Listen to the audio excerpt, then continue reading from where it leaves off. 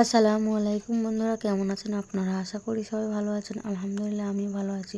আবার একটি নতুন ভিডিও নিয়ে আপনাদের সঙ্গে চলে এসেছি মিজানুর রহমান আজহারীর ওয়াজ। আপনারা যারা যারা মিজানুর রহমান আজহারীর ওয়াজ শুনতে ভালোবাসেন তারা ফুল ভিডিওটি দেখতে থাকেন, আশা করি ভালো লাগবে। আমরা আমাদের খেয়ারত করতেছি, মাপে কম দিচ্ছি, দুর্নীতি করতেছি। জানি আল্লাহ বলে একজন আছেন, জানি রসুল বলে একজন আছেন, জানি মৃত্যু হবে, জানি কিয়ামতে জবাবদিহি করতে হবে। জানার পরেও প্রত্যেকটা ক্ষেত্রে টপ টু বটম আমরা চুরি করতেছি, দুর্নীতি করতেছি, আমাদের খেয়ানত করতেছি। এবং আমরা বাইরে আবার জুমার নামাজও পড়তেছি, ঈদের নামাজও পড়তেছি, কোনো কোনো ক্ষেত্রে চিল্লা দিচ্ছি এবং শেষ বয়সে হজ করে মনে করতেছি যে আমি মাশাআল্লাহ জান্নাতে চলে যাব। মাহফিল অ্যাপ, একজন মুসলিম হিসেবে মাহফিল অ্যাপ ব্যবহার করা আমাদের ইমানি দায়িত্ব। আমাদের ইসলামের কনসেপ্টটা এরকম। এই কারণে আসলে আমরা আলটিমেট যে একটা সোশ্যাল রেভলিউশনের কথা বলি, এটা হয়ে উঠতেছে না। এখন অনেক বড় বড় কথা বলে ফেললাম, এখন আমি বেসিক জায়গাতে এসে শেষ করি। দেখেন, নবী সাল্লাল্লাহু আলাইহি ওয়াসাল্লামের এই যে ভিত্তিটা, বেসটা সমাজ সংস্কারের, এটা তার ইন্তেকালের সাথে সাথে কিন্তু শেষ হয়ে যায় নাই, শেষ হয়ে গিয়েছিল কি, বরং তারপরে 4 খলিফার যুগ আসছে। কত খলিফা বলেন? আপনারা তো জানেন অনেকেই। আবু বকর রাদিয়াল্লাহু আনহু প্রায় 2-2.5 বছর শাসন করেছেন। তখন কি ওটা চেঞ্জ হয়ে গিয়েছিল, আবার জাহিলিয়াতে চলে গেছিল? না, ওই জায়গা ছিল, বরং আরও ডেভেলপ করেছে। তারপরে ওমর রাদিয়াল্লাহু আনহু 10 বছর, এই 10 বছরকে বলা হয় বিশ্বের ইতিহাসের সেরা শাসন। আজ পর্যন্ত কেউ এটা প্রতিষ্ঠা করতে পারেনি, পেরেছে? আধুনিক রাষ্ট্র ব্যবস্থার প্রত্যেকটাই ওমর রাদিয়াল্লাহু আনহু থেকেই আসছে, প্রত্যেকটা মন্ত্রণালয় পর্যন্ত। এরা এটা স্বীকার করতে চায় না। আমি আমার সাথে যদি বসে ডিবেট আমি প্রমাণ করে দেখাবো ইনশাআল্লাহ। তারপরে আসছে উসমান রাদিয়াল্লাহু আনহুর 12 বছর, আরও ডেভেলপ করেছে। তারপরে আসছে আলী রাদিয়াল্লাহু আনহুর প্রায় 2-2.5-3 বছর। ওই সময় একটু গৃহযুদ্ধ হয়েছিল। এটা সাহাবীদের ব্যাপার, আমরা এগুলো নিয়ে কোনো মন্তব্য করব না। সাহাবীদের মধ্যে যত কনফ্লিক্টই হোক না কেন, আমরা তাদেরকে নিয়ে কোনো মন্তব্য করতে যাব না। এটা আকীদার খেলাফ আহলুস সুন্নাহ ওয়াল জামাত। তো 4 খলিফার 30 বছরে ইসলাম আরও আগায় গেছে, পিছায় নাই, কিন্তু এক পাও পিছায় নাই, আলহামদুলিল্লাহ। এরপরে কি ইসলাম থেমে গেছে? না। এরপর আসছে উমাইয়াদের শাসন। উমাইয়ারা 97 বছর শাসন করছে ওই প্ল্যাটফর্মের উপর দাঁড়াই। তারপরে শাসন করছে আব্বাসীয়রা প্রায় 550 বছর ওই প্ল্যাটফর্মের উপর দাঁড়াই। বরং আব্বাসীয়দের সময় আপনারা জানেন, ওই যে খলিফা আল মামুনের নাম শুনেছেন না? খলিফা আল মামুন। তো তখন দেখা যায় যে বাইতুল হিকমা, আমরা যেটাকে বলি দ্য নলেজ অফ উইজডম, বাগদাদে প্রতিষ্ঠা করা হয়েছিল। পৃথিবীর ইতিহাসে এইরকম সমৃদ্ধ বিশ্ববিদ্যালয় লাইব্রেরি কখনো হয় নাই, যেটা 1258 সালে এই তাতার মঙ্গলরা এসে ধ্বংস করেছিল। ওখানে প্রায় 6 লক্ষ কিতাব ছিল। ওই 6 লক্ষ কিতাবকে তারা পুড়িয়েছে, এই ইউফ্রেটিস নদীতে ফেলে দিয়েছে। ওই কিতাবগুলো এখনও পাওয়া যায় নাই। না জানি এই কিতাবে কী কী জ্ঞান ছিল আমরা জানিও না, কিন্তু এগুলো এখনও আনা হয়নি, পাওয়া যায়নি। আর ওরা আমাদের সভ্যতা ধ্বংস করে দিয়েছিল। এই যে মঙ্গলরা, তাতারিরা, হালাকু খায়, চেঙ্গিস খানের বংশধর যারা, এগুলো হয়েছে হিস্ট্রিতে। ওই জ্ঞানতাত্ত্বিক রেভলিউশনের উপর দাঁড়াই, ইকরা বিসমি রব্বিকাল্লাযী খালাক, ওর উপর দাঁড়াই এই যে আমাদের খলিফারা শাসন করেছেন এভাবে। তারপরে আসছে মামলুকরা। মামলুকদের হাতে আবার এই যে আপনার এই যে কি যুদ্ধটার নাম, যেটা ইয়াদের সাথে হয়েছে, এই মঙ্গলদের সাথে, আইন জালুত, এটার নাম হচ্ছে আইন জালুতের যুদ্ধ। এই যুদ্ধে আবার মঙ্গলরা পরাজিত হয়েছে, তখন মঙ্গলদের দাপটটা কমে যায়। তারপরে আবার শাসন করেছে আইয়ুবীরা। আইয়ুবীদের মধ্যে আছে সালাউদ্দিন আইয়ুবীর নাম শুনেছেন, যার হাতে বাইতুল মুকাদ্দাস জয় হয়েছিল। তারপরে শাসন করেছে এদিকে ফাতেমিরা, মোগলরা করেছে। তারপরে ওইদিকে কর্ডোভার দিকে আন্দালুসিয়ায় মুসলিমরা শাসন করেছে, এইদিকে আবার উসমানীয়রা শাসন করেছে। এইভাবে প্রায় 1250 বছর পুরো মুসলমানরা বিশ্বে শাসন করেছে ওই জ্ঞানতাত্ত্বিক বিপ্লবের উপর দাঁড়ায়। তারা জাহিলিয়াতে ফিরে যায় নাই। যখনই মুসলমানরা ইমান দুর্বল হয়ে গেছে, আমল দুর্বল হয়ে গেছে, আপনার তাসকিয়া দুর্বল হয়ে গেছে, হারাম রিজিক খাওয়া শুরু করেছে, দুনিয়াদার হয়ে গেছে, আমাদের চেতনা শেকড় ভুলে গেছে, হ্যাঁ, আমাদের মানে ইকোনমি নষ্ট হয়ে গেছে, পলিটিক্যাল অ্যাফেয়ার্সের গন্ডগোল চলে আসছে, তখন থেকে আস্তে আস্তে আমরা আবার এই ডমিনেটেড হয়ে গেছি। একে লাস্ট আমি হিসাব করেছি প্রায় 220 বছরে এই ফরাসি বিপ্লবের পর থেকে আমাদের অধঃপতনের সময়টা শুরু হয়েছে। কারণ কি? অনেক কারণ। এই অনেক কারণের মধ্যে অন্যতম একটা কারণ হচ্ছে শিক্ষা ধ্বংস। আজকে যেহেতু আমরা এডুকেশন নিয়ে কথা বলছি, অন্য টপিকগুলো আমার টাচ করার দরকার নাই। অনেক কারণ। এই আমাদের যে লাস্ট 220 বছরে এই অধঃপতন, যে এখন আমাদেরকে নামাজের মাসালা শেখাতে হয়, ওজুর মাসালা শেখাতে হয়, আমাদের ছেলে মেয়েদেরকে ওমর, খালিদ, হামজার নাম শোনাতে হয়, চিনাতে হয়, হ্যাঁ, ইতিহাস জানাতে হয়, ফিকের মাসালা শেখাতে হয়, কোরআন তেলাওয়াত করতে পারে না 80% মানুষ, ওযু মাসালা, গোসলের মাসালা, ফরজ ওয়াজিব সুন্নাত মুস্তাহাব জানে না, 80% জেনারেল লাইনে পড়ে, তারা নামাজের মাসালা বুঝতেছে না। মানে এখন যে একটা পুরো ম্যাসাকার অবস্থা, এটা লাস্ট 220 বছরে এমনি হয় নাই, বেশ কিছু কারণ আছে। তার মধ্যে আমি একটা কারণ ফাইন্ড আউট করেছি, সেটা হলো এই ইকোনমিক কারণ, একটা পলিটিক্যাল কারণ, একটা হচ্ছে সাংস্কৃতিক আগ্রাসন, একটা হলো কাফেরদের দৌরত্ব, একটা হলো আমাদের চেতনা মানে নষ্ট হয়ে যাওয়া, শেকড় থেকে দূরে সরে আসা। সবচেয়ে বড় কথা, আল্লাহ এবং তার রাসূলের সাথে যে প্রতিশ্রুতি দিয়েছিলাম আমরা, এখান থেকে আমরা খেয়ানত করেছি আর কি, খেয়ানতকারী, মূল কথা এইটা। তো এখন কথা হচ্ছে এই লাস্ট 200 বছর আবার কিভাবে এডুকেশনটা নষ্ট হয়ে গেল, কিভাবে, এটা একটা পয়েন্ট। এই পয়েন্টটা আমি আপনাদেরকে জাস্ট 2 মিনিটে বোঝাচ্ছি। এডুকেশনটা নষ্ট হয়ে যায় নাই, বরং এডুকেশনটা কি হয়েছে, এডুকেশনটা মেরুকরণ হয়েছে। এডুকেশনটার কি হয়েছে বলেন?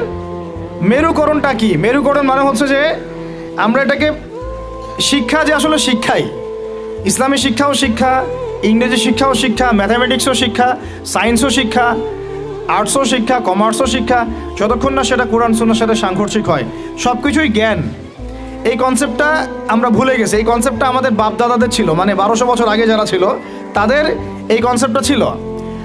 আমি যে কলমটা দিয়ে কথাগুলো লিখেছি না, এই কলমের যে বলটা আছে, এই বলটা আবিষ্কার করেছে মুসলমানরা, এই কলমটা আবিষ্কার করেছে মুসলমানরা। এই যে কফিটা খাইতে খাইতে আমি এটা লিখছি, এই কফিটা আবিষ্কার করেছে মুসলমানরা। এই কাগজ, এই যে আপনার দফতর, চেয়ার, এই টেবিল, মানে আপনি যেগুলা দেখতেছেন সামনে, যা সামনে দেখতেছেন আপনি, সবই মুসলমানদের।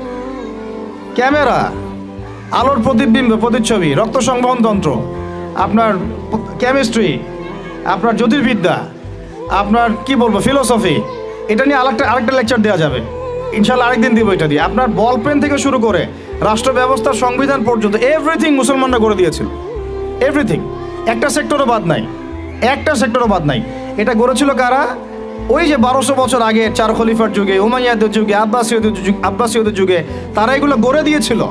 পরে যখন অধঃপতনের সময় শুরু হয়েছে আমাদের লাস্ট 220 বছর 300 বছরে, তখন পশ্চিমারা এইগুলো আমাদের থেকে ধার করেছে, ধার করে নিয়ে ওর উপর দাঁড়ায় ওদের সভ্যতা নির্মাণ করেছে।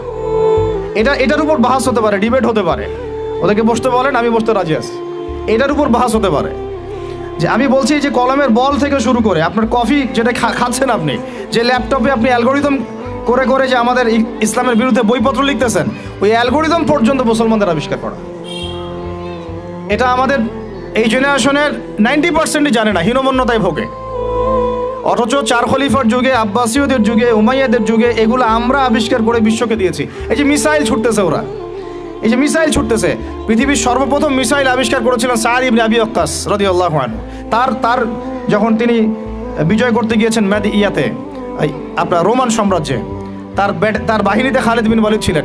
ওই সময় ওটাকে বলা হতো মিনজানিক, ওটাকে মিসাইল বলা হতো না, বলা হতো মিনজানিক। এম শব্দটা রেখে দিয়েছে ওরা, মিনজানিক আরবি শব্দ, ওরা এখান থেকে মিসাইল শব্দ আনছে, কিন্তু কাজটা একই। ওইটা দিয়ে রোমানদের ওই দেওয়াল দুর্গ ভেঙে দেওয়া হয়েছিল দূর থেকে। আমি জাস্ট বলতে চাচ্ছি, 4 খলিফার যুগে, আব্বাসীয়দের যুগে, উমাইয়াদের যুগে বিশ্বে মুসলমানরা যে প্রত্যেকটা ডিপার্টমেন্ট করে দিয়েছে, ওর উপর দাঁড়ায় আজকের এই পশ্চিমারা দাঁড়ায় আছে, এই বিশ্ব দাঁড়ায় আছে। এখন শিক্ষার মেরুকরণটা কি হলো তাহলে?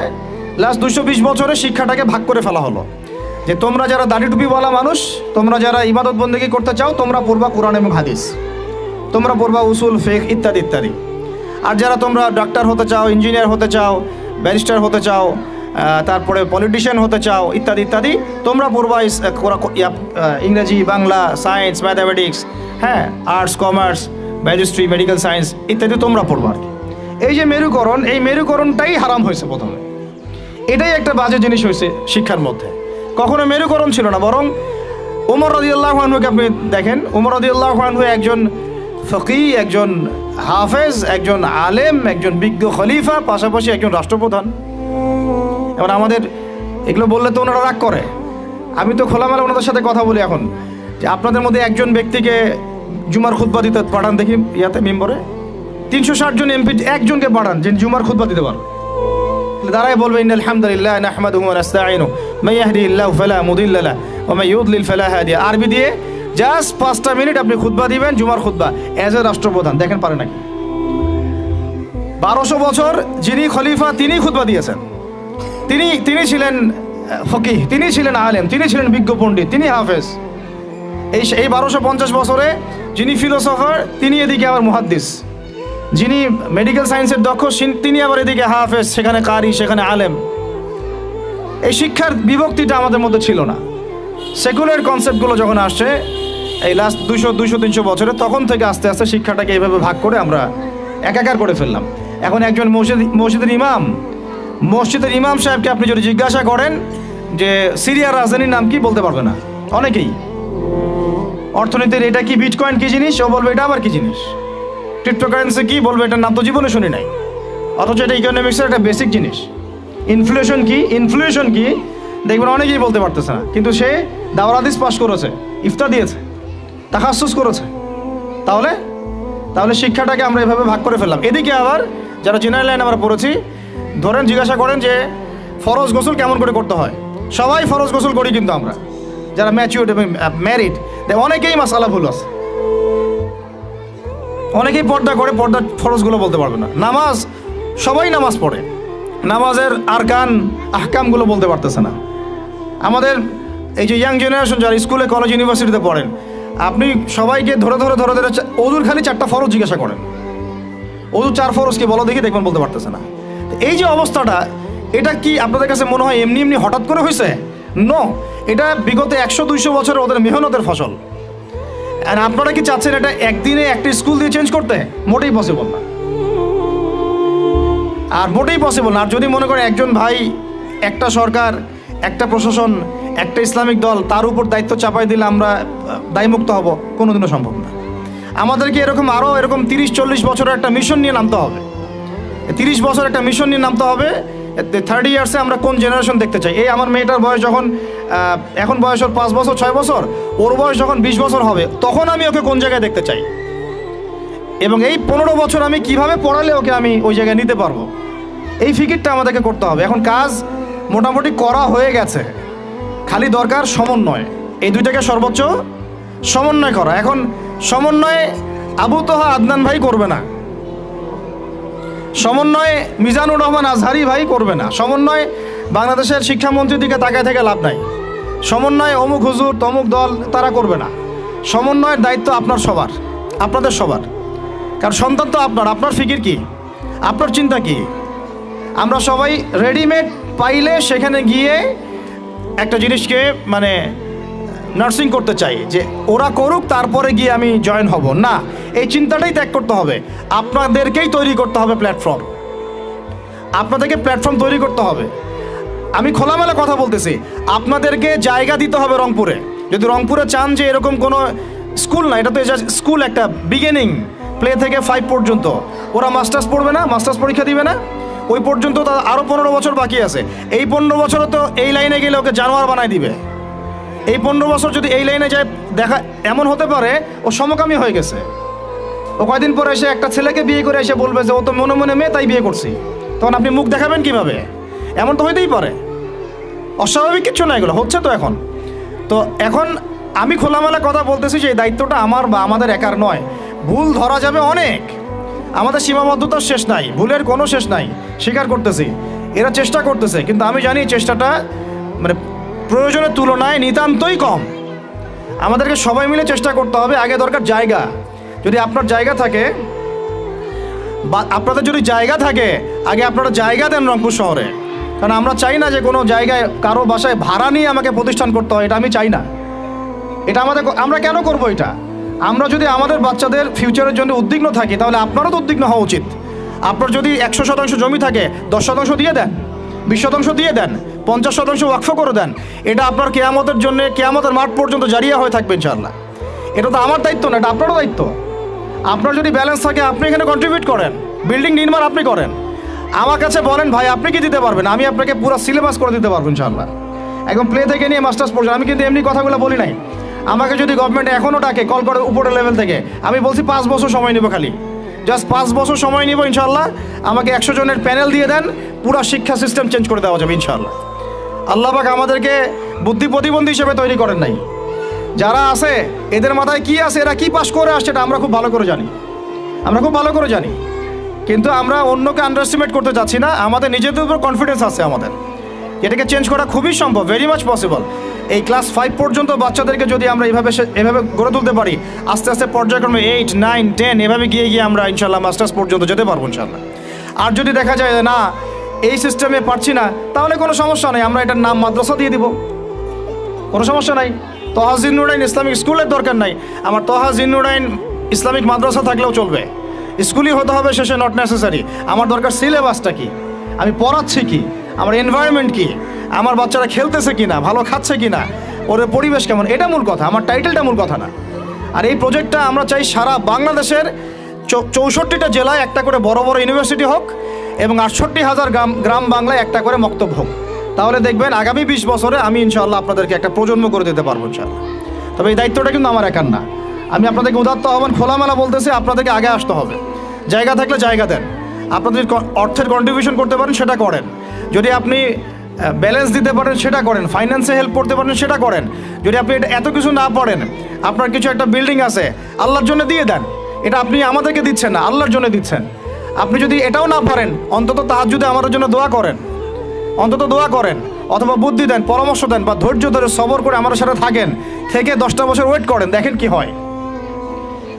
আমার শুধু আমার মেয়েকে নিয়ে ফিকির না তো, এই প্রত্যেকটা বাচ্চা আমার বাচ্চা, আল্লাহর কসম করে বলতেছি। প্যালেস্টাইনে যখন আমরা দেখি যে আমাদের এক একটা বাচ্চা না খেয়ে মারা যাচ্ছে, তখন আমার নিজের যৌবনের উপর আমার ধিক্কার আসে যে আমি যুবক হয়ে এখানে বসে আছি, আর আমি এই মানে কি বল মন্দের ভালো কিছু কাজ করার চেষ্টা করতেছি, অথচ আমাদের এই যে কচিকাচা বাচ্চাগুলো প্রত্যেকদিন বোমের শিকার হচ্ছে। ধিক্কার আমাদের যৌবনের উপরে, ধিক্কার আমাদের ক্ষমতার উপরে, আর ধিক ওইসব রাজতন্ত্রের উপরে যাদের ভিত্তির উপর দাঁড়ায় ওই কাজগুলো তারা করতেছে। তো আমি বলতে গেলে অনেক বেশি আবেগী হয়ে যাই, তো ওইদিকে আমি যাচ্ছি না, বাচ্চাদের ক্ষুধা পাইছে, আমি শেষ করে দিচ্ছি। আমি জাস্ট আপনাদেরকে 10টা নসিহা করব, জাস্ট পয়েন্ট বাই পয়েন্ট। আমি ফজরের পরে এটা বসে লিখেছিলাম, আপনারা এই 10টা কাজ কখনো ছাড়বেন না, আমাকে ওয়াদা করেন, এই 10টা কাজ আপনারা বাচ্চাদের ফিউচারের স্বার্থে কখনো ছাড়বেন না ইনশাআল্লাহ। আমার 1 মিনিট শেষ করে দিচ্ছি। আমার আহ্বান আপনাদের প্রতি একটাই, যে দায়িত্ব এটা আমাদের একার না, ইসলামিক স্কুল করা চারটাখানি কথা না। আমরা এমন একটা সমাজে বাস করি, ভালো কিছু দেখলেই বিভিন্ন লকব লাগায় দেওয়া শুরু করি। কালকে যদি আমাকে একটা লকব লাগায় দেয়, আপনি তো কিছু করতেও পারবেন না। অতএব এই কাজটা আমার একার নয়, এই কাজটা আমাদের সবার। ভালো কিছু দেখলেই আমরা ট্যাগ লাগানো শুরু করি, আর আমাদের ভিতরে যে শত্রুটা আছে, এরা থাকলে বাইরের শত্রুর দরকারই নাই। আর খোলামেলা কি বলবো আপনাদেরকে, ইসলামিক স্কুল করাটা মূল উদ্দেশ্য না আমাদের উদ্দেশ্য হচ্ছে ইসলামিক ইউনিভার্সিটি করা, প্রত্যেক জেলায় অন্তত একটা করে, যেখানে একটা বড় ক্যাম্পাস থাকবে, আবাসিক জায়গা থাকবে, নুরানি থেকে শুরু করে নাজেরা, হিপস, একদম দাওরা ইফতা পর্যন্ত, পাশাপাশি প্লে থেকে মাস্টার্স পর্যন্ত, এই দুইটাকে কম্বাইন করা হবে ইনশাআল্লাহ। এটার জন্য আপনাদের পক্ষ থেকে আমাদের দরকার সহযোগিতা। আমি এভাবে কিন্তু কখনো এভাবে সহযোগিতা কখনো অনলাইনেও চাই না, অফলাইনে বলিনি কখনো। যতটুকু পারছি আমরা নিজেদের মতো করে করছি, বাট এটা আমার একার পক্ষে আর পসিবল না, আমাদের পক্ষে মোটেই পসিবল না। আমাদের বড় জায়গা দরকার, মাঠ দরকার, এরা খেলবে, আবাসিক জায়গা দরকার, তারপরে এদের ধরেন যে ভালো ভালো টিচার আনবো, আমাকে ভালো স্যালারি দেওয়া লাগবে। আমি যদি ট্রেনার আনতে চাই, আমাকে আরও ভালো স্যালারি দিতে হবে। আমার দরকার একটা উন্নত পরিবেশ, হাইলি রেকমেন্ডেড একটা ক্যাম্পাস। আমার দরকার স্থায়ী ক্যাম্পাস, যেটা আমাদের স্থায়ী তহা জিন্নুরাইন অ্যারাবিক মাদ্রাসার নামে ওয়াকফ করা, যেখানে অন্য কারো হস্তক্ষেপ থাকবে না, যে আমাদেরকে বাড়ির মালিক বললেই 2 দিন পর বলতে পারবে না যে কালকে ছেড়ে দেন বাড়ি, পরশুদিন ছেড়ে দেন বাড়ি, মানে মগের মূল্যক একটা প্রতিষ্ঠান মুহূর্তের মধ্যে তো ছেড়ে দেওয়া যায় না। একটা স্বপ্ন নিয়ে আমরা দাঁড়াইছি এখানে। তো এগুলো যারা বুঝে না তাদের সাথে তো আমাদের কথা বলে লাভ নয়, যারা বুঝেন তাদের প্রতি আমার উদাত্ত আহ্বান, আপনারা আপনাদের জায়গা থেকে আগায় আসেন ইনশাআল্লাহ। এটা আমাদের জন্য না, আপনি আপনার সন্তানের জন্য, এই সমাজের জন্য, এই জাতিকে ভালো কিছু দেওয়ার জন্য একটা প্রজন্ম বিনির্মাণের স্বার্থে আপনারা আমাদের সাথে থাকবেন ইনশাআল্লাহ। এটা আমরা আশা করি আপনাদের কাছে। তো আমার 10টা নসিহত হচ্ছে, 1, যে আমাদের বাচ্চাদেরকে ওদের লক্ষ্যটাকে স্থির করাবেন, ওদের জীবনের লক্ষ্যটাকে 1 নাম্বার, ওদের জীবনের লক্ষ্য হবে জান্নাত। এবং আমাদের বরেণ্য যে মানে সিংহ পুরুষরা আছেন উম্মার, ওদেরকে চিনাই দিবেন, ওদের মতো ওদেরকে হতে বলবেন। তোমাকে হামজার মতো হতে হবে, তোমাকে খালিদের মতো হতে হবে, তোমাকে ওমর ইবনে খাত্তাবের মতো হতে হবে, তোমাকে আলী ইবনে আবি তালেবের মতো হতে হবে, তোমাকে মারিয়াম আলাইহিস সালামের মতো হতে হবে, তোমাকে আয়েশার মতো হতে হবে। এই চেতনাগুলো ছোটবেলা থেকে ওর মধ্যে ইনস্টল করেন। ও সামনে একটা রোল মডেল দেখবে যে আমাকে এরকম হতে হবে। এইসব ক্যাটরিনা সব ফেলান, এগুলা পরিমণি সব ফেলান, এগুলো বাদ দেন। যা চলতেছে যে সাকিব টাকিব সব বন্ধ করেন, এইসবে কোনো ফিউচার নাই। এসব ফিউচার হয়তো দুনিয়াতে কিছু দিতে পারে, কিন্তু পরকালে আল্লাহ পাকের আযাব গজব থেকে বাঁচার কোনো অপশন নাই। 2 নাম্বার,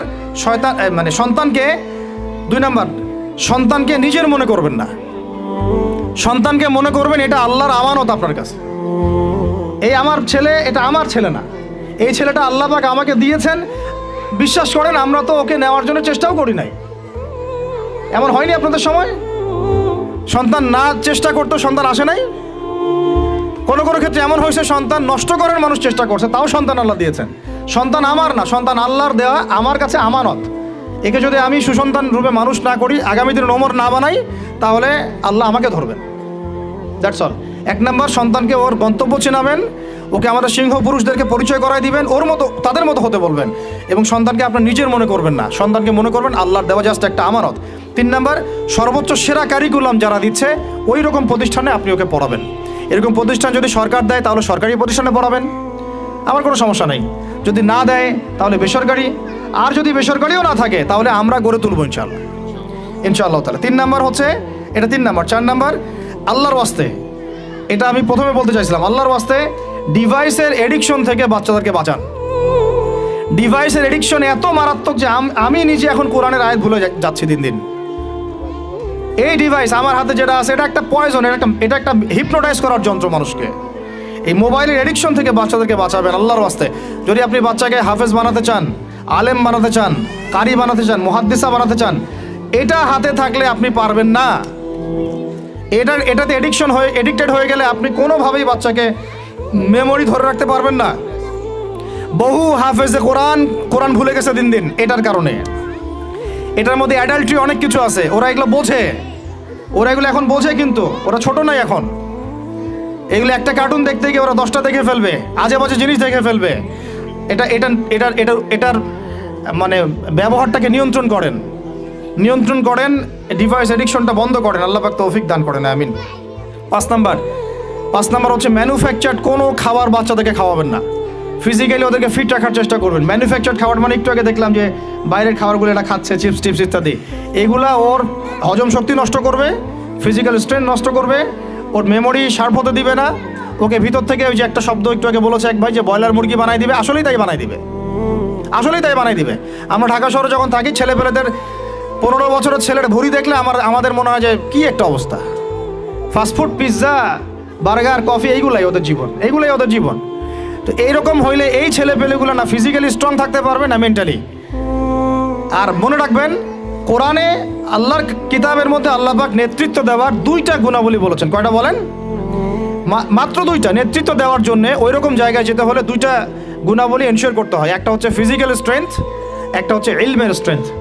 বাস্তাতাম ফিল জিসমি ওয়াল ইলম আও বাস্তাতাম ফিল ইলমি ওয়াল জিসম, মানে জ্ঞানে এবং দৈহিক শক্তিতে বলীয়ান হওয়া।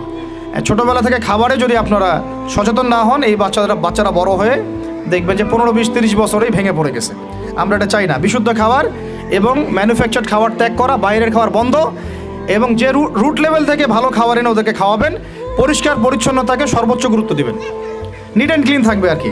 আমার সাথে আমার পরিবারের যে মাঝে মাঝে যে একটু মিষ্টি ঝগড়া হয়, আমার একটা জিনিস নিয়ে ঝগড়া হয় যে বাচ্চারা পরিষ্কার না কেন, চকচকা না কেন, একদম সবসময় চকচকা থাকবে, না হলে এই যে হাত দিয়ে এটা ধরতেছে, পেটে হাত দিয়ে, মুখে হাত দিবে, পেটটা নষ্ট হয়ে যাবে। বাচ্চাদের হাইজেনিক পরিবেশ দিতে হবে, আল্লাহ পাক তৌফিক দান করেন। এটা হলো 5। 6 নাম্বার হচ্ছে নিয়মিত ওদেরকে খেলতে দিবেন। এটা আমি নিজে লিখেছি, কারণ ছোটোবেলায় আমরা অনেক খেলাধুলা করেছি। আমি একটু বুঝাই জাস্ট 1 মিনিটে। যত বেশি খেলবে তত সোয়েট হবে, মানে ঘামবে, যত ঘামবে তত ক্লান্ত হবে, যত ক্লান্ত হবে ঘামবে তত কোলেস্টেরল কমে যাবে, ব্লাড সার্কুলেশনটা খুব ভালো হবে। তারপরে যত খেলবে ও টায়ার্ড হবে, তখন ও খাবে বেশি, মানে ভালো জিনিস খাবে বেশি, রুচি বাড়বে। যত ভালো খাবে ঘুম তত ক্লিয়ার হবে, ঘুম যত ক্লিয়ার হবে ওর ব্রেন তত শার্প হবে, ব্রেন যত শার্প হবে ও অল্প সময়ে যা পড়তে পারবে, যা মুখস্থ করতে পারবে, এটা 10 ঘন্টায় আপনি পারবেন না। বিশ্বাস করেন, আমি আমার স্টুডেন্ট লাইফে কোনোদিনও মনে হয় 2 থেকে 3 ঘন্টার বেশি পড়ি নাই, কোনোদিনও না, কোনো পরীক্ষার আগেও না, এসএসসি, এইচএসসি, ইন্টার, মাস্টার্স, কোনো পরীক্ষার আগেও না। আমার তো মনে আছে যে আমি ওই ইন্টারমিডিয়েট পরীক্ষার আগে আমরা ভিডিও গেম খেলতে গেছিলাম, মোস্তফা, মনে আছে আপনাদের? মনে নাই অনেক। ওই যে কাচারি বাজারে, এই যে কাচারি বাজারে আগে এখানে একটা গেমিং জোন ছিল, আপনাদের অনেকে মনে আছে যারা আমার এজের আছেন, মনে নেই আপনাদের? হ্যাঁ ভাই, জানেন তো, বাক্সের মধ্যে থাকতো, হ্যান্ডেল থাকতো। কালকে পরীক্ষা বলছে, পরীক্ষা দূর, কিসের পরীক্ষা, আমার ইংরেজি আগে পড়া আছে, আমার পড়া লাগবে না, এত কনফিডেন্স, বিকজ 1 ঘন্টা পড়ছি আমার হয়ে গেছে। তো এই হলো অবস্থা, মানে বাচ্চাকে খেলতে দিতে হবে, খেলতে দিলে ওর ব্রেন ডেভেলপমেন্টে অনেক কাজে দিবে, ক্ষুধা বাড়বে, ঘুম ভালো হবে ইনশাআল্লাহ তাআলা, ওরা পড়া দ্রুত মনে রাখতে পারবে ইনশাআল্লাহ তাআলা। 7 নাম্বার হচ্ছে ভাই, এটা আমাদের ভাই বোনদের জন্যে, যে পারিবারিক বন্ধনটা ভালো রাখেন। যে পরিবারে হাজব্যান্ড ওয়াইফের বন্ধন ভালো না, ওই পরিবারে ভালো সন্তান গড়ে উঠবে না। ওর অনেক কিন্তু দেখবেন যে মানে মেন্টালি অনেক ডিপ্রেসড হয়ে যাবে। পারিবারিক বন্ডিংটা খুব ইম্পর্টেন্ট। এই জন্য আমরা দোয়া করি আল্লাহ পাক যেন সবার মধ্যে পারিবারিক বন্ডিংটা ভালো রাখেন এবং পারিবারিক কলহ থেকে আল্লাহ পাক আপনাদেরকে হেফাজত করেন, আমিন। আর অ্যাটলিস্ট বাচ্চাদের সামনে এগুলো করবেন না। যদি ঝগড়া হয় বা কথা কাটাকাটি হয়, অ্যাটলিস্ট বাচ্চাদের সামনে করবেন না। এগুলো বাচ্চাদের শিশু মনে অনেক প্রভাব ফেলে। আপনার উমর রাদিয়াল্লাহু আনহুর ঘটনা জানেন তো? উনি এত কঠোর কেন জানেন? আপনারা যে বলেন উনি কঠোর মানুষ ছিলেন, কেন জানেন? উনার বাবা তাকে ছোটবেলায় কঠিন শাসন করতেন, কঠিন শাসন। ঠিক আমি এরকম একটা পরিবেশে বড় হয়েছি। যারা খুব কঠিন শাসনে বড় হয় তারা হয় দুরকম হবে। হয় তারা নষ্ট হয়ে যাবে, অথবা তারা উম্মাকে নেতৃত্ব দিবে। দুটার একটা, হয় তারা খুব মানে মেন্টালি খুব ডিপ্রেসড হয়ে যাবে, অথবা দেখা যাবে যে তারা কঠোরতার কারণে ওরা দেখবেন ইনশাআল্লাহ ইসলামকে নেতৃত্ব দিচ্ছে বা আল্লাহর বিধানের উপর কঠোর হয়ে গেছে। তো আপনারা পরিবারের মধ্যে একটা হৃদ্যতার বন্ধন রাখবেন, যাতে করে পারিবারিক বন্ধন ঠিক থাকে। বাচ্চাদের সামনে অ্যাটলিস্ট কোনো রকম কোলাহল বা ঝগড়াঝাটি বা গায়ে হাত তোলা বা যে সমস্যাগুলো আমাদের সমাজে হচ্ছে, এগুলো যেন কখনো না হয়। আল্লাহ পাক যেন আপনাদের পরিবারের বন্ধনটাকে সুন্দর রাখেন, আমিন। আর 8 নম্বরটা হচ্ছে বাবাদেরকে বলছি আমি, যে বাবাদের উচিত হবে, মাদের দায়িত্ব না শুধু সন্তানদেরকে সময় দেয়া, বাবাদেরকে সন্তানদেরকে সময় দিতে হবে। Because brother, you are not a money making machine at all. আপনি মানি মেকিং কোনো মেশিন না। আপনার কাজ শুধু টাকা আর্ন করা না তো, আপনার আমার কাজ হচ্ছে বাচ্চাকে সময় দেয়া। কোরআন আপনি খোলেন, কোরআনের মধ্যে আপনি মা এবং ছেলের কোনো কনভারসেশন পাবেন না। আমার জ্ঞান ক্ষুদ্র, যদি থাকে আমাকে জানায়েন, যে কোনো জায়গায় যদি থাকে, কোনো জায়গায় যদি পান মা এবং ছেলের কনভারসেশন আমাকে জানায়েন। আমি কোথাও কোরআনে মা এবং ছেলের কোনো কনভারসেশন পাই নাই, মা এবং সন্তানের কোনো কনভারসেশন পাই নাই। আমি যদি ভুল হই বা আমার যদি জানা না থাকে আপনি আমাকে জানাই দিন। আমি সব জায়গায় পাইছি বাবা ছেলে, বাবা ছেলে, বাবা ছেলে, বাবা এবং ছেলের কনভারসেশন। তার মানে কোরআন আমাদেরকে হেদায়েত দিচ্ছে যে বাবাদেরকে সময় দিতে হবে ছেলেদেরকে। ইউসুফ তার বাবার সাথে কথা বলছেন, ইউসুফের বাবা তার ছেলের সাথে কথা বলছেন, লুকমান আলাইহিস সালাম তার ছেলেকে নসিহত করছেন, ইব্রাহিম আলাইহিস সালাম তার ছেলেকে বলছেন আমি তোমাকে জবাই করার স্বপ্ন দেখেছি। মা ছেলের কনভারসেশন খুব পাওয়া যায় না। আমি জানি না, কোনো জায়গায় থাকতে পারে, থাকলে আমাকে জানায়েন, কিন্তু আমি পাইনি কখনো। তো বাবাদেরকে বলবো আপনি সন্তানকে সময় দেন, because you are not a money making machine at all. আপনি কোনো মানি মেকিং মেশিন নন। এটা হলো 8 দুটো বলে শেষ করতেছি। 9 নম্বর হচ্ছে সন্তানকে চাপ দিবেন না, চাপ দিয়ে ওকে জোর করে কোনো কাঠামো দেওয়ার চেষ্টা করবেন না, বরং আপনি খুঁজে বের করেন আপনার সন্তানের মধ্যে ইউনিক প্রতিভা কি আছে। এই মেয়েটার মধ্যে হয়তো একটা প্রতিভা আছে যেটা আমার মেয়ের মধ্যে নাই, এর মধ্যে একটা প্রতিভা আছে ইউনিক যেটা ওর মধ্যে নাই, ওই ছেলেটার মধ্যে একটা প্রতিভা আছে যেটা আবার এই মেয়ের মধ্যে নাই। আপনি কখনো কারোর সাথে কারো তুলনা করবেন না। তুমি মারিয়ামের মতো ফার্স্ট হতে পারো নাই কেন, তুমি ওই সুমাইয়ার মতো সেকেন্ড কেন হলো না, তুমি ওই আবদুল্লাহর মতো কেন ফার্স্ট হলো না, কখনো এরকম তুলনা করবেন না। এইগুলো করলে ছেলেরা ভিতর থেকে, মেয়েরা ভিতর থেকে খুব ডিপ্রেসড হয়ে যায়, আত্মবিশ্বাস হারায় ফেলে। ওরা মানে মনে করে হয়তো আমার দ্বারা কিছু হবে না। বরং আপনি আর উৎসাহিত করবেন, কোনো সমস্যা নেই বাবা, কোনো সমস্যা নেই আম্মু, এবার বড় নেই পরে এবার হবে ইনশাআল্লাহ। বরং তাদেরকে সময় দিবেন এবং খুঁজে বের করবেন যে কোন প্রতিভা আপনার মেয়ের মধ্যে, আপনার ছেলের মধ্যে আছে। কেউ দেখবেন খুব ভালো লিখতে পারে, কেউ ভালো আবৃত্তি করতে পারে, কেউ ভালো নেতৃত্ব দিতে পারে, কেউ ভালো দেখবেন যে মাশাআল্লাহ মুখস্থ করতে পারে। প্রতিভা বিচক্ষণতার সাথে ফাইন্ড আউট করতে হবে। এটা আমার কাজ বাবা হিসেবে, আপনার কাজ মা হিসেবে। আল্লাহ পাক আমাদেরকে এটা করার তৌফিক দান করেন, আমি জোর করে চাপায় দেওয়া যাবে না। আর একটা নসিহত শেষ, সেটা হলো আমরা তো 5 ওয়াক্ত নামাজ পড়বই, বাচ্চাদেরকে তো ইসলামিক পরিবেশ দিবই। আমাদের তাহাজ্জুদের ওয়াক্তে 2 রাকাত নামাজ পড়াটাকে আপনার উপর ফরজ করে নেন। তাহাজ্জুদের ওয়াক্তে অন্তত 2 রাকাত নামাজ পড়াকে আপনার আমার উপর ফরজ করে নেন। যদিও এটা ফরজ না, ফরজ করে নেন, কারণ ওই সময় দোয়া যেগুলো করা হয় আল্লাহর কাছে একদম সরাসরি কবুল হয়। আপনাদেরকে আমি একজন মনীষীর কথা খালি বলবো, ইমাম বুখারী রাহিমাহুল্লাহ, নাম শুনেছেন আপনারা? তার কিতাব কিয়ামত পর্যন্ত ইনশাল্লাহ পড়ানো হবে, ওইটা না পড়ে কেউ আলেম হয় না, তাই না বিষয়টা? তিনি যে একসময় অন্ধ ছিলেন আপনারা কি জানেন? তিনি যে একসময় চোখে দেখতে পারতেন না আপনারা কয়জন জানেন? তার মা তাহাজ্জুদের ওয়াক্তে আল্লাহর কাছে কান্না করতে করতে করতে করতে, আল্লাহ আমার ছেলের চোখটা ভালো করে দাও, আল্লাহ আমার ছেলের দৃষ্টিশক্তি ফিরায় দাও, আল্লাহ আমার ছেলের দৃষ্টিশক্তি ফিরায় দাও। মায়ের এই দোয়া আল্লাহ পাকের আরশ পর্যন্ত পৌঁছে যায় অলৌকিকভাবে, মিরাকুলাসলি। ইমাম বুখারী রাহিমাহুল্লাহ সকালবেলা উঠে চোখে দেখা শুরু করেছে। আজকে ইমাম বুখারী কি এবং তার কিতাবের মূল্য কি, তার মর্যাদা কোথায়, তার কিতাব না পড়লে আমাদের মতো কোনো মানুষ আলেম হতে পারবে না, এটা আমরা এখন স্বতঃস্বীকৃত। তো কীভাবে হয়েছে ভাই বোনেরা? দোয়ার মাধ্যমে। প্রচুর দোয়া করতে হবে সন্তানদের জন্য। আমি যতবার বাইতুল্লাহ যতবারই জিয়ারত করেছি, তাওয়াফ করেছি, প্রত্যেক তাওয়াফে আমি সবসময় দোয়া করি আমার ছেলে মেয়েদের জন্য। আল্লাহ আমার ছেলে ওসমানকে ওসমান রাদিয়াল্লাহু আনহুর মতো বানাও, শর্টকাট দোয়া আর কি। আমার ছেলে মেয়ে মারিয়ামকে মারিয়াম আলাইহিস সালামের মতো বানায় দাও। আল্লাহ আমার মেয়ে আয়েশাকে আয়েশা রাদিয়াল্লাহু আনহার মতো বানায় দাও। আল্লাহ আমার ছেলে ওমরকে ওমর ইবনে খাত্তাবের মতো বানায় দাও। আপনারা এভাবে দোয়া করতে থাকবেন। দোয়া কবুলের সময়গুলো খুঁজে খুঁজে বের করে দোয়া করতে থাকতে হবে ইনশাআল্লাহ। বাবা মার দোয়া আল্লাহ পাক ফেলবেন না ইনশাআল্লাহ। আল্লাহ পাক আমাদেরকে এই বিষয়গুলো আমল করার তৌফিক দান করেন। আর সব সময় ছেলে মেয়েদেরকে আত্মবিশ্বাস দিবেন। যত তাদেরকে কনফিডেন্স দিবেন ওরা আরও ভালো করবে। যত ধমক দিবেন এই তুই পারিস না, তোর দ্বারা হয় না, তুই কি করস, ইত্যাদি ইত্যাদি, তত দেখবেন ও আর পারতেছে না। আমি বেসিক্যালি ছোট থেকে যে বড় হয়েছি এই জিনিসটার অনেক ঘাটতিতে বড় হয়েছে, কনফিডেন্স না দেয়া। তবে সবাই সব কিছু হয় না, কিছু ব্যতিক্রম বিষয় থাকে। কিন্তু আমি যেটা রিয়েলাইজ করেছি, একটা মানুষকে যখনই কনফিডেন্স দেওয়া হয় সে অনেক ভালো করে। যখন আপনি তাকে আন্ডারস্টিমেট করবেন সে ভালো করতে পারবে না। তাই আল্লাহর ওয়াস্তে আমাদের বাচ্চাদের উপরে চাপ না দিয়ে আত্মবিশ্বাস দিবেন, ভালোবাসবেন, মহব্বত করবেন, ওকে উৎসাহ দিবেন, দেখবেন ইনশাআল্লাহ ও আরও ভালো করতেছে ইনশাআল্লাহ।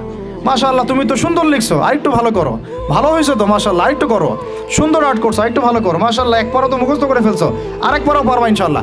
ওকে এইভাবে বুস্ট আপ করতে থাকেন ইনশাআল্লাহ তাআলা। দেখবেন এভাবে যদি একটা পরিকল্পনা মাফিক আমরা আগাই, জাস্ট 20টা বছর সবর করি যদি আমরা, আল্লাহ পাক যেন আমাদেরকে তৌফিক দান করেন, টানা 20 বছর যদি আমরা নেক হায়াতের সাথে এভাবে রাত দিন 24 ঘন্টা নিরলস দিনের কাজ করতে পারি, অ্যাটলিস্ট এডুকেশন সেক্টরে, আমাদের তো পলিটিক্যাল সেকশন নাই, ইকোনমিক সেকশন আমাদের হাতে নাই, অ্যাটলিস্ট শিক্ষা সেক্টরে যদি আমরা এভাবে কাজ করতে পারি, আগামী 20 বছরে বাংলাদেশের শিক্ষা ক্ষেত্রের হুলিয়া পরিবর্তন করে ফেলা সম্ভব ইনশাআল্লাহ।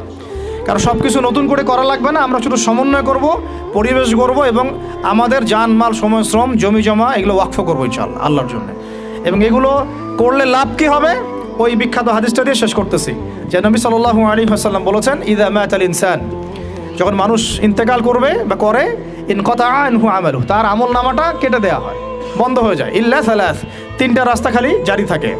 1 নম্বরই হচ্ছে সাদাকায়ে জারিয়া, মানে এমন সাদাকা, এমন কন্ট্রিবিউশন যেটা আমার ইন্তেকাল, আপনার ইন্তেকালের পরেও একেবারে চলতে থাকবে, লং টাইম সাস্টেন করতে থাকবে, এটা একটা। 2 নম্বর ওয়ালাদুন সালেহ, আমার নেককার সন্তান বা আপনার নেককার সন্তান, যে আপনার আমার জন্য কালকে আমাদের মানে পরকালে বারজাখের জীবনে আমরা যখন থাকবো তখন তারা দোয়া করতে থাকবে।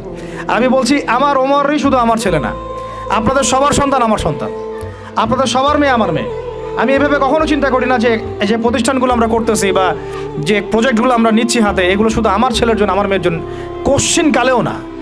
এদেশের প্রত্যেকটা শিশু আমার শিশু, আমার ছেলে আমার মেয়ে। এদেশের প্রত্যেকটা বোন আমার বোন, এদেশের প্রত্যেক ভাই আমার ভাই। ওইভাবে চিন্তা করে আমাদেরকে না গেলে আমরা জাতিগত পরিবর্তন আনতে পারবো না। তখন আমরা স্বার্থপর হয়ে যাবো, আমার ছেলে বাঁচলেই হলো, আমার মেয়ে বাঁচলেই হলো।